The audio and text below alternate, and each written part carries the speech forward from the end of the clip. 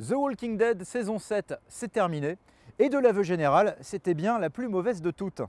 Alors que s'est-il passé? Faut-il lâcher les zombies d'AMC? On en parle maintenant. Le 2 avril 2017, la 7e saison de The Walking Dead a pris fin avec son 16e et dernier épisode sur AMC. On a voulu y croire très fort à ce final, qui était annoncé comme une grande confrontation entre les troupes de l'horrible Negan et les forces regroupées autour de Rick. Eh ben non! Voilà, zéro, rien, c'est nul! Jusqu'au bout, le showrunner Scott Gimple et ses auteurs se sont révélés incapables de sauver cette saison 7 de ses tunnels de dialogue pompeux, de son absence totale de dynamisme et, fait plus inquiétant encore pour le dernier épisode, de scènes d'action d'une indigence formelle désespérante. Le public américain ne s'y est d'ailleurs pas trompé, le final n'a réuni qu'à peine plus de 11 millions de téléspectateurs, soit une hémorragie de 6 millions de fans par rapport au premier épisode en octobre 2016.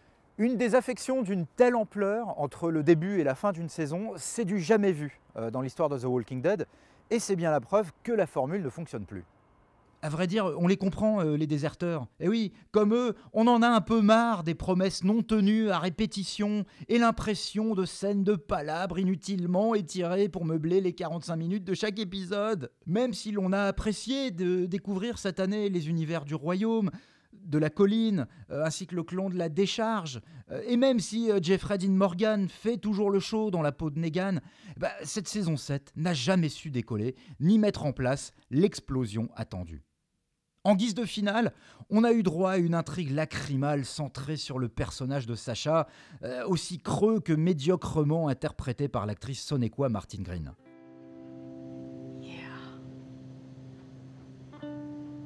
Et sur la fin, qu'est-ce qu'on a?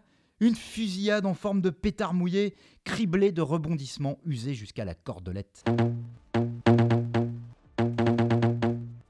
Le pire dans tout ce naufrage, où même la musique semble avoir été confiée à un groupe de clowns, c'est que les zombies ont totalement disparu. Voilà, hein. Alors qu'ils sont depuis le début, quoi qu'en disent les auteurs, les vraies stars de la série. Bref, The Walking Dead a toujours oscillé entre le formidable et le médiocre, mais hélas, pour cette saison 7, l'aiguille reste dangereusement bloquée sur la seconde option.